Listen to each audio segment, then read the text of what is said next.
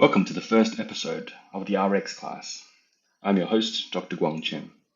Today I'll be talking about food packaging and food labels. Wait. Please don't hit skip. Stay with me. By the end of this episode, I hope you'll see food in a very different way. Before we start, let me ask you this. When was the last time that you ate something from a plastic package or a tin? And when was the last time that you ate any processed food?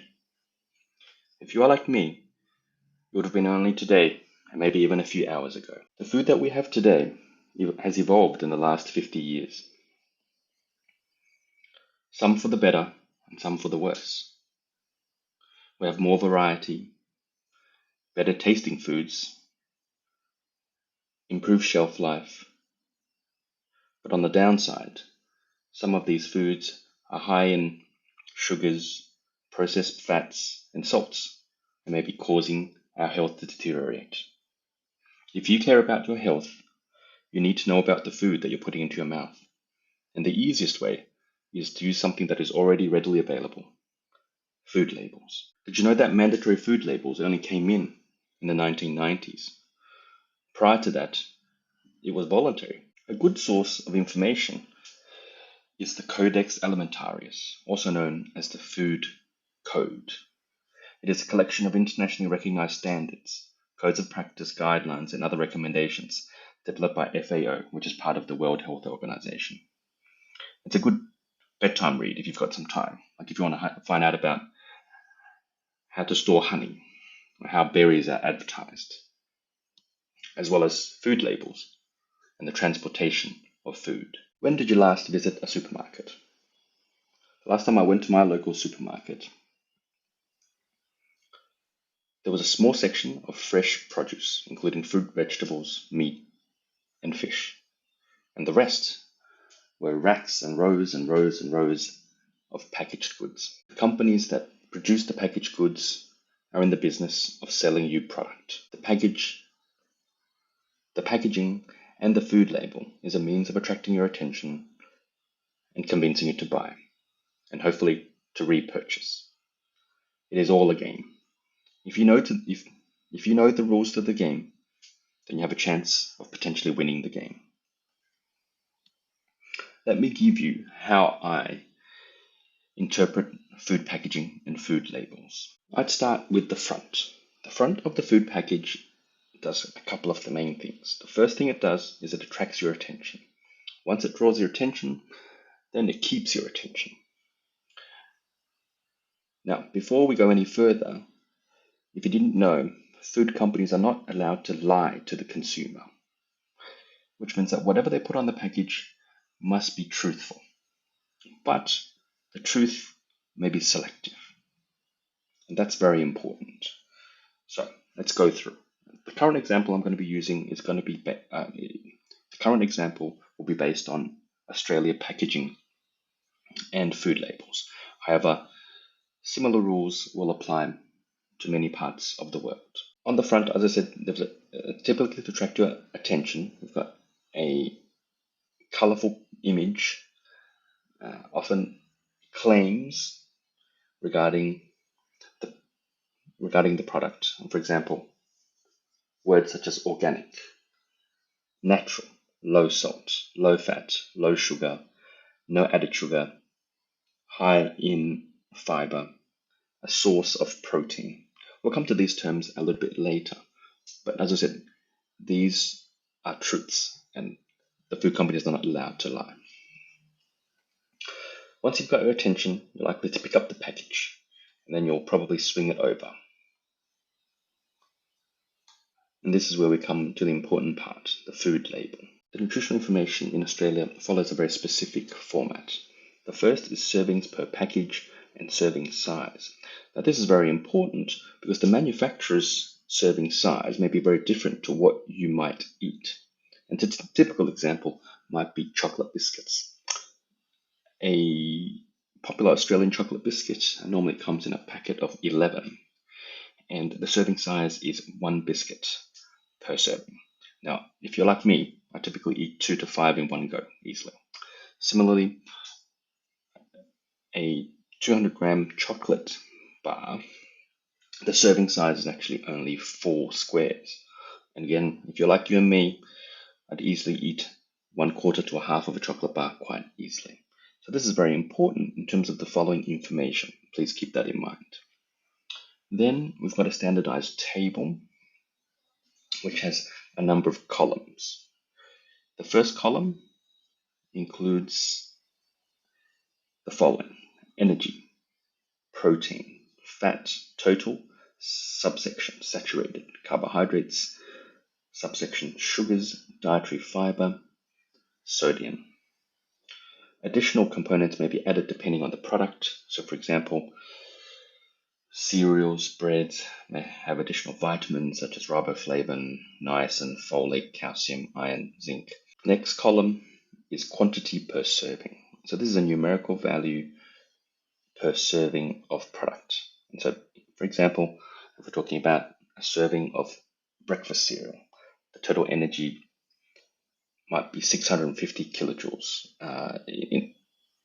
In other countries, may be measured as kilocalories. Protein, 8.7 grams. Fat, 1.2 grams. You get the picture. Now, these numbers are the maximum amount that may be absorbed from a serving of the product, which means that for any given person, although there might be a total of 650 kilojoules in the serving of cereal, not everyone's going to absorb 650 kilojoules. There's lots of factors that affect the absorption, including whether you're having this by itself, you're having it with other foods, the kilojoules derived from simple sugars versus complex sugars. So lots and lots of factors. The important thing to remember here is that every value listed here is the maximum amount that may be absorbed. But in actual fact, for any given person and any given product, it's probably slightly less, or it might be much less. Next, we've got a column which is percentage daily intake per serving. And so these then present a percentage of the category as compared to a standard adult male. Now, this adult male probably doesn't exist in reality, but it is used as a standard to compare all products. So for example, with this particular cereal that I've got here, energy 650 kilojoules is equivalent to 8% of the daily kilojoules. And then this particular standard male, it's 8,700 kilojoules per day. Again, just remember that 8% is the maximum number of energy that may be obtained. Similarly, the 8.7 grams is equivalent to 17% daily intake of protein for this imaginary adult male, and so forth and so forth. And so these percentages are helpful to compare across products, but are not really helpful for any given individual. So for example, if you're perhaps your weight might be different, your height might be different. It's different for lactating or pregnant women. It's different for children.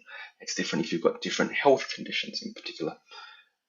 If you've got conditions that require to be on a low sodium diet, when we see in this particular cereal product, as an example, a sodium of 140 milligrams, and this is equivalent to 6% of daily intake for this imaginary adult male, but it may not apply to you specifically. And then lastly, we've got a column which is a numerical value quantity per 100 grams. And this is essentially conversion from per servings to 100 grams. And so, for example, with an energy of 650 kilojoules per serving of 40 grams per serving, this equates to 1,630 kilojoules per 100 grams. I think per 100 grams is unique in Australia, and many other countries do not present this. Overall, I find the 100 grams a lot easier to read as it's a percentage weight. Next, as part of the standard nutrition information format, we've got the ingredients. Again, typically similar to worldwide, the ingredients are listed from the highest weight component in a descending order to the lowest weight component. Some labels also highlight major allergens, in particular wheat, barley, rye, milk, eggs, etc. Now, the ingredients list also gives us an indication of perhaps the degree of processing. And so what I'd like to read as few ingredients as possible, because the more ingredients that are there, especially words that you don't know or you don't understand, usually means additional additives. Just on the side, there is a long list of additives. Sometimes they're represented by their original name, or they may be represented by a three-lettered code. Those three-lettered codes can be found on the internet. It's listed within the Codex Alimentarius, or you can Google it. For example, colors are in the E100s, flavor enhancers are in the E600s, and there are many others, including emulsifiers, anti-caking agents. But again, generally speaking, the more ingredients there are, the higher degree of processing. Next, we have usually two lines, again with allergen information. The first contains, which includes the major allergens. Then the second line is may contain, which suggests that this particular product may have been processed in the same factory or plant where other contaminants may be present. At the bottom of the nutritional information then has a country of origin and sometimes a contact information for the food company. Let's use a few examples to put this into practice. Okay, so the first, I'm going to look at a packet of peanuts. This is a 375 gram packet of peanuts. On the front, it says deliciously crunchy, unsalted peanuts, roasted to perfection. In small writing, we have no artificial colors, flavors, or preservatives. Source of protein. If you remember back to what in the beginning, all these statements must be true. So let's go to the back and see if that's the case. First, let's have a look at the ingredients: blanched peanuts and peanut oil. Well, that's true. They did not add any of these artificial flavors or colors or preservatives. In terms of source of protein, again, if we look per serving, protein is 7.5 grams, which is equivalent to 15% of daily intake. And again, the wording of source, as per the Codex Alimentarius, is typically 10 to 20% or 10 to 19% of daily intake. And again, that is very true. Let's move on to our next product. We've got some baby food. Okay. At the front, we've got a lovely happy baby. Top right corner, we've got 6+ months puree, chicken and vegetable and rice. Again, we've got the word source of protein. When we flick to the back, we've got again a long list of statements. No preservatives, no artificial flavors, no artificial colors, no artificial flavors, no added salt or sugar, no GM ingredients. Again, these all have to be true. However, the statement saying no added salt or sugar makes me wonder, well, are there naturally occurring salts or sugars? Let's go to the ingredients and have a look. We've got, in decreasing order, water, vegetables, potato, carrot, onion, rice, dried apricot, which I presume will be a source of natural sugar, chicken, olive oil, and oregano. Yes, I agree. There was no added preservatives, artificial colors, or artificial flavors. There were natural flavors. Now, in terms of the source of protein, because this is a product for babies, they did not list the percentage of daily intake, as that reference is to an adult male. But in this particular product, the protein was 2.7 grams per serving, and there was 1 serving per pack. And so I presume that falls in within the 10 to 20% daily intake for infants. Let's do another one. A potato crisp. These are one of my favorites to examine because there's a lot of selective truth being told. And so I've got a sour cream and onion potato crisp. On the front, it's got a very colorful green background with a crisp sandwich between two pieces of onion and sour cream. Now, what's interesting is at the bottom it says energy 540 kilojoules daily. It represents 6% of daily intake. Now let's go to the back. Again, what's interesting here is that there's a comment saying it's a vegetarian, and if we go into the ingredients section, it's very long and somewhat worrying that the amount of additives are here. We've got the main ingredient, dehydrated potato,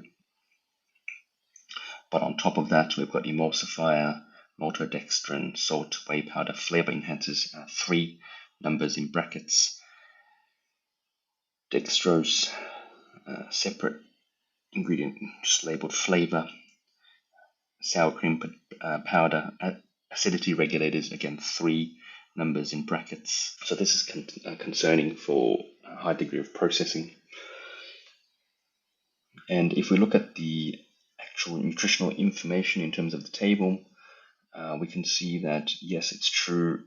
On face value, the energy is 540 kilojoules, and it is representative of 6% of daily intake for the standard male adult of 8,700 kilojoules. But when you look at the serving size is 25 grams.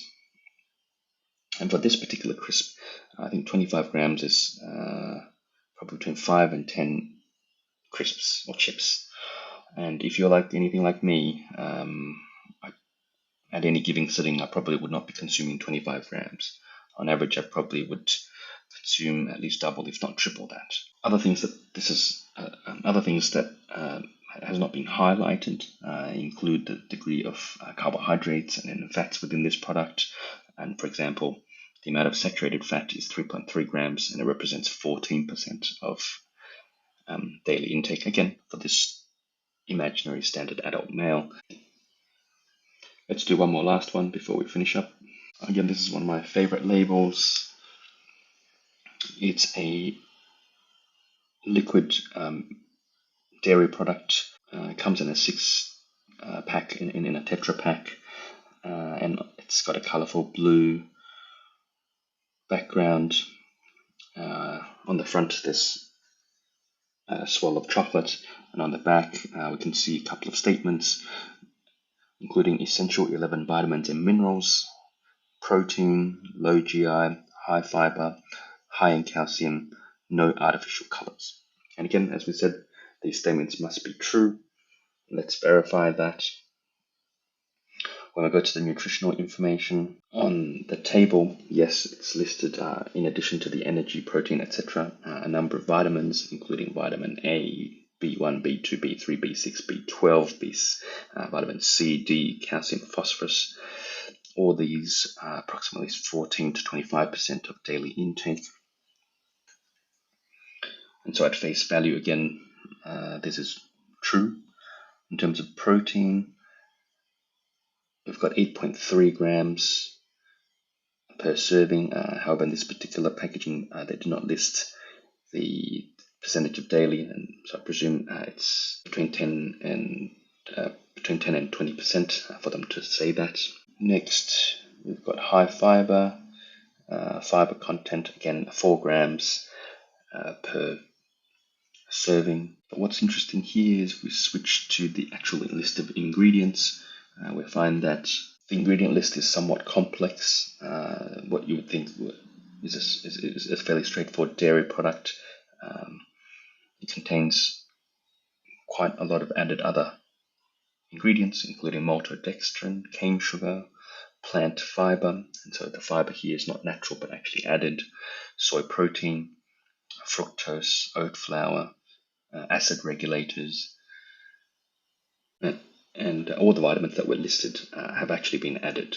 At the bottom of the ingredient section, we've got vitamins C, B3, A, D2, B2, B1, B12, B6. And so again, this is somewhat concerning in the sense that the natural ingredients did not contain these vitamins. These had to be added in so that they could be put on the package. Okay, we've gone through a couple of foods. So just to summarize, today the number of packaged and processed foods are enormous. Some research says that up to 60 to 80% of products in all supermarkets today are processed, and an even more frightening statistics is that the total amount of food or calories that are consumed by the average person is 60-80% ultra processed. And so to know your food is an important part of staying healthy. Food labels is an important part of that. And as we discussed, food labels are heavily regulated by individual governments. The companies must tell the truth, but the truth may be selective. And so next time you read the food labels, see if you can figure out the rules of the game and beat them at their own game. If you like this episode, please subscribe and give us a 5-star review on your favorite podcast player. If you'd like to reach out to us, you can contact us via email or through social media. A quick sneak peek, next time we'll be talking about medication safety. I'll see you next time.